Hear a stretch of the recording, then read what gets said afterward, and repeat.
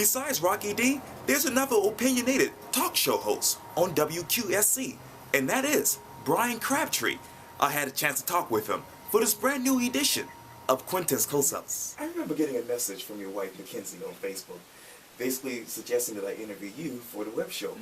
And I told her that you were actually one of my people to interview this year. And because I've seen some of your commercials on television in which you basically said this: it's not about gun control, but it's about idiot control. Well, that was funny because the guy comes in for shooting a TV commercial. Right. And he records 2 hours of audio and video, and what comes out is it's not about gun control, it's about idiot control. Right. Well, it's kind of a funny line that he pulled out, but I think what we were talking about that day was basically that something had happened, and with some shooting somewhere in the United States, and immediately they all come out talking about it's the guns, and my point is, no, it's the people. The people have fired a gun. And so let's focus on the problem. We do that with schools, we do that with guns, we do it with everything in societies. We focus on the symptom, not the cause. Oh, it's this. And from when I saw that particular commercial, I'm like, well, who is this guy? Because he's so intriguing.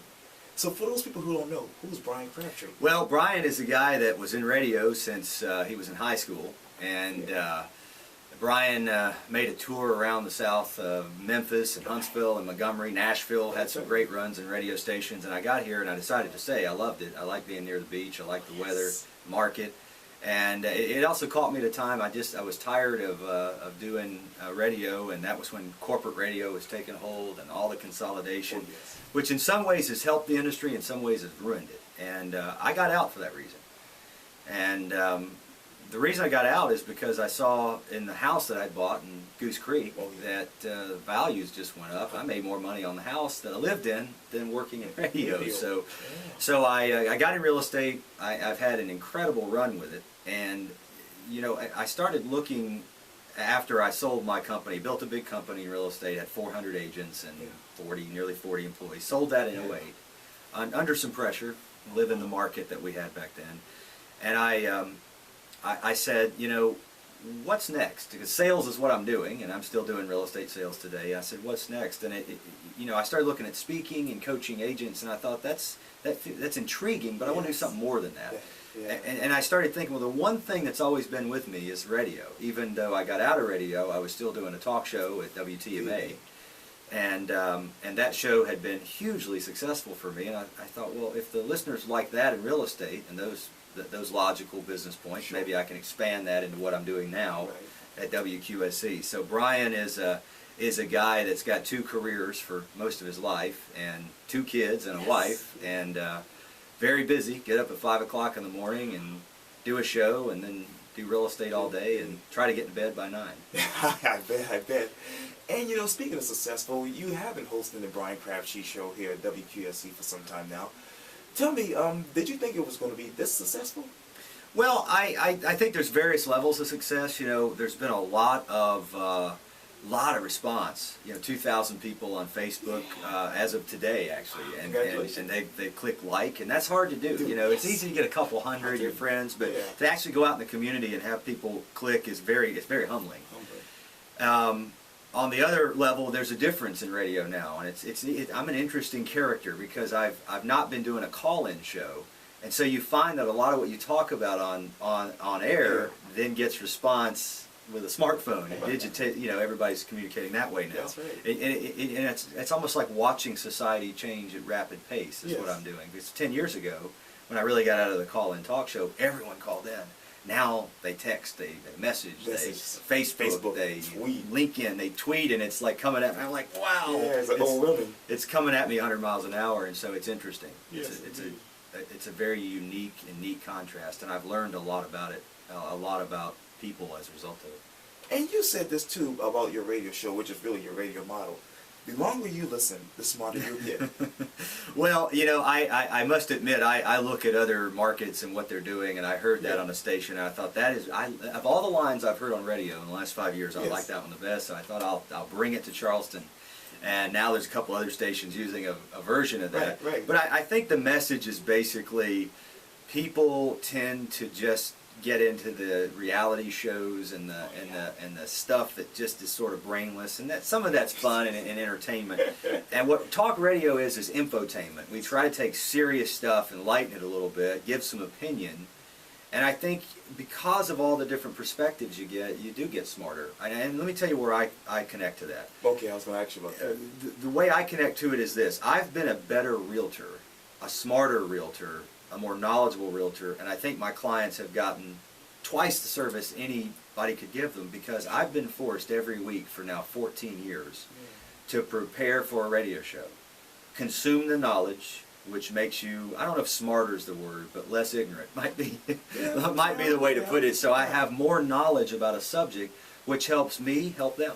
Yes, and for the average person, I think a talk radio show, at least the one I'm trying to do, helps them do better in life. If that's all I've done, that's all I need to do. Yes. And, you know, you've interviewed a lot of politicians, and you've talked about a lot of issues that affect our world right now. Have that made you more smarter about politics? Probably dumber would be because the more you interview politicians, the more you realize you don't know or that you should have known. No, might be. Right, exactly. You realize how dumb you are is that you've been electing these people and look what they've done to us. Right, made us dumber. And that's the case on both sides of the aisle. The more I do the show, the more I realize that I don't identify with a party. It's hard to do that because I'm saying I'm a sheep, I want to be led. Oh yeah. But I do identify with conservative values, so I can go with that, typical conservative values. I just don't always agree with everything either party says. Yeah. And let's talk about radio again, because obviously you had the real estate experts on WTMA for a while. Tell me, what are your memories of that show? Well, that show, that was a whole lot of fun. I got to do a lot of things. I got to fill in for Richard Todd. Yes, yes. Filled in for Tara several times. Yeah. Filled in between Richard and Tara. Got called in as the expert on a lot of different financial subjects around the market, and so it allowed me to kind of really do well in the market from a real estate standpoint, obviously, but also develop and hone what I would be in radio and how I'd do it differently. So TMA it's a heritage station. It's been around 75 years. It was a great opportunity to be there. It was a great thing to have that show on the weekends exclusively for 13 years over there.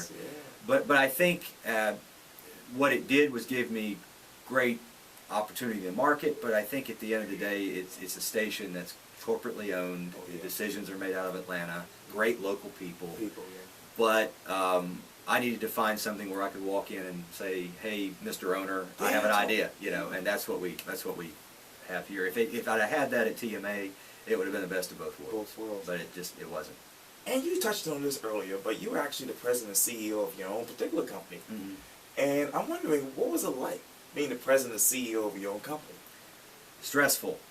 You know, now I'm the president and CEO of a small company which is revolving around my business model, and I have a few people that work for me that are very close, and that's fun. When you're running a company with a huge payroll, which is a lot of what you hear on talk radio, small businesses, and they struggle. Oh, of course. And you're dealing with salespeople, and you're dealing with managers of salespeople, and multiple office locations, and multiple municipalities and rules. It really becomes a situation where you can very easily get into doing things every day you don't want to do. So instead of having your day be remarkably being a leader, you end up dealing with minutia all day. So you know, do I see being a CEO in my future? I doubt it. I can do it. Sure. I thought I was good at it, but Okay. I like being in a position to affect people in a positive way through facts, sometimes that are negative, but more importantly, opportunity that comes from being Tell me, knowledgeable. did that make real estate harder or easier for you? I think in theory it made it easier. I think any good organization, if I could make a takeaway from it, should not focus on the numbers. I think sometimes when you're in a sales environment, you focus on having all these salespeople, and all real estate companies are guilty of that. And I wish we had focused a little more on finding the 200 winners and really putting all that extra energy into just those 200 people, and encouraging the other 200 to have a different career, or at least not one with us. I put that politely, because none of them were bad people. They just weren't always a fit. And so I wish we had been smaller on purpose, but larger as a result. Yes. And I think that's what you learn from that. And one thing that was really easy for you to do was to marry your wife, Mackenzie. Yeah, she and I have a radio background, Yes. and I'm guilty for getting her out of radio, and now I'm back in it, and she's upset at me. Yeah. I hear about it about every other day. Yeah. So she was a very successful radio talent, That's and right. I sat down with her one day. She and I knew of each other. Right. She had joined the company. My business partner had hired her, and I sat down and said, "You don't really want to go back to radio, do you?" And she said, "You don't know what you're talking about. You don't understand it." And I started laughing just about like you were. Yes. You are. And she got angry because I was laughing at her. And then she realized, after I started explaining, that I had been in radio for nearly a decade at that point, doing Yes. something, full-time or part-time. And from that, we had a common interest. And now what she calls it, false advertising. I look like this big business CEO that is escaping radio and helping her escape as well from Yes. our life's passion. And then all of a sudden, we're doing it again while doing real estate, both of us. And together you have Brandon and Madison. That's right.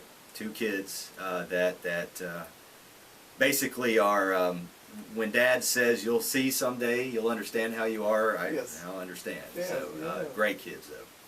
Yes, indeed. Well, complete these sentences for me. Cruising is. I could have guessed you might bring that up. One of the most fun vacations you can have. Yes. Most of the time. Yes. Real estate is. Like kindergarten. Yes. Boating is. Exciting. Radio is. Life. Politics is. Disgusting. That's a good answer. Yeah. Bryan Crabtree is. Hardworking and sometimes confused, Yes. but resilient. That's good to hear. And you touched on this throughout this particular interview. But let's go back to 1995 when you started out, I believe, as the program. Actually, you were a producer at WSIX. In Nashville. Nashville, that's right. Tell me, why did you want to jump into radio at that particular time? I grew up listening to one of those radio stations that had everything you can imagine. It was part of your life. Most of the city of Nashville listened to it growing up. It was called Y107. It was a top 40 station. Great. And most of those talents, as they aged and as that station became less popular, moved to WSIX. And so that was part of it, is just I had an opportunity. But what led me to the opportunity was I was sitting in 10th grade geometry class. I had been a helpful Springfield, Tennessee, yeah. I was sitting in a class. I had been a helpful student to my English teacher. We never got along. She and I always argued. She still jokes with me today because we've connected on Facebook. Yes. Let's have another one of our famous arguments. Right. She walked in one day and said, I think you should be in journalism or broadcasting. And she was also the English teacher, but also ran that department. Okay. And from that point, I basically did nothing else. That was it completely rewrote the direction of my life. And as I did that, I was sitting in one of probably at the time the best radio markets in the nation, and particularly that station was the top country station in the nation. And I thought, well, if I'm going to shoot for something, I'll shoot for the top. Yes, and indeed. I picked up the phone, I called the program director, and he answered, oddly enough, and I said, this is what I want to do. And he says, just yesterday, one of our interns announced that they're going to not be able to do the show anymore. And I was given an opportunity one day a week in high school to work for a station where people were making $1 million a year as on-air talent, which is unheard of now. Yeah, but, exactly. And so I'm just beside myself. So, yeah. And it was the most exciting 2 years of career I've ever had there. Wow. Because of the fact you're on Music Row, country music stars are walking in the door, Right. you're in front of the best talent in radio, That's right. and you can't help but improve Yes, indeed. because you're way over your head. Oh, absolutely. So it was just phenomenal. But I thank Judy Stanley for getting me in broadcasting and sending me in this path, and WSIX really gave me the idea of what a radio station can be over time. And let's talk about education, because you went to Austin Peay State University. Mm-hmm. I'm wondering, who was Bryan Crabtree at the time? I was more reserved, probably a little less confident, not very confident at all. I had exhibited leadership qualities. I wasn't as much of an on-the-air person as I was a producer at that time. So it was mainly just fear of getting on the mic or getting on the camera. Right. Oh, yes. And I think that I got the President's Emerging Leaders Scholarship, which was Bill Clinton was doing at the time, and there was 15 students they chose, and that sort of pushed me into realizing, well, out of 20-something applicants, maybe I do have something to offer, and it started making me explore that. So Bryan was unsure of really who Bryan was, I think, at that point. And when you got that scholarship, what thoughts were going through your mind? Wow. I mean, this is like, for me, it was sort of like winning the lottery a little bit. Yes. Not a big lottery, but Right. winning some Something, lottery. right. Yeah, and having an opportunity to not have to. It kind of made my decision on where to go to school, because I thought it was a tough program, but I thought this would be a good thing to do. And I don't think I did as well at it as I could have. I didn't apply myself enough to it, but I think I learned a lot out of it. Okay. And that's all that mattered. And speaking of education again, from what I read, you transferred to the University of Memphis. Well, I spent, what happened with my college career was that I was finding that in college, because I was working at WSIX, it was one of the greatest and worst things that happened. Okay. I was using some of the most advanced equipment, and then I was going to school and learning how to use what they used yesterday. Yesterday is confusing. And so I was struggling with that, and I didn't feel that college was relevant to where I was going. Not that I had arrived, but Right. I didn't feel I was getting where I needed to from college. Right. So I got a job opportunity and moved away. Yeah. And then I moved to Memphis after that job. That job was in Montgomery, Alabama, and I just really was miserable living there Wow. for whatever reason. And I went to Memphis, and the general manager said, "I'm really disappointed you didn't finish college. I want to put you back in college, Sure. and I want to pay for it as Oh, part of good. it." It wasn't part of the job I'd accepted, but Right. he offered it in addition to it once I was already there, and I said, "Well, sure." Yes. Yeah. And so I did that on the side, so long as it didn't affect my work. He said he'd pay for it. That was another lucky break, I guess. I was going to say, yeah. And let's continue to walk down memory lane, because Tennessee is home for you. Mhm. So when you think of Tennessee, what comes to mind? Hills Yes. and weather like we've had in the month of January, which is it's 70 in the morning and 15 degrees at night. Yeah. Nashville specifically is not the city I grew up in. It's a much different city now. Oh, It was boring then, it probably isn't now. Country music is probably the two words to describe Nashville, Oh, and, yes. and the culture surrounding it, and it's for that incredible. But I don't think it fits my lifestyle. I like water, the beaches, travel, and Nashville is it's a great town. Yeah. But I don't feel like it's part of my background, but it's not part of my future. Future, yeah. And speaking of which, you are a father, you are a husband, you are a radio talk show host. But let's talk about your future. What do you see next for you? Well, I have goals. What I see next, I think, is hard to predict. I think I see 10 years down the road, I'm probably in more than one market on radio. Oh, yeah, I see would be my goal. Beyond setting a goal beyond that, I don't think I've really done. But being in this market on the radio, I see it happening. But maybe being also in a major market like Atlanta as well, and where I actually. The neat thing about broadcasting and media today is it doesn't matter where you're sitting doing the show, as long as you're connecting to the audience in the city that you're doing the show in. That's right. And that's what is exciting. I didn't have that opportunity 15 years ago. So whether I'm here in Charleston doing a show in Charleston and Atlanta, or in Atlanta doing a show in Atlanta and Charleston, something like that's probably what I'm looking to do. But right now I'm focused on helping Kirkman build WQSC and continuing my real estate career, and that's the midterm goal. That is awesome. Well, Bryan Crabtree, it was so great talking to you. Great to talk to you. Thank you. Thank you. I appreciate that.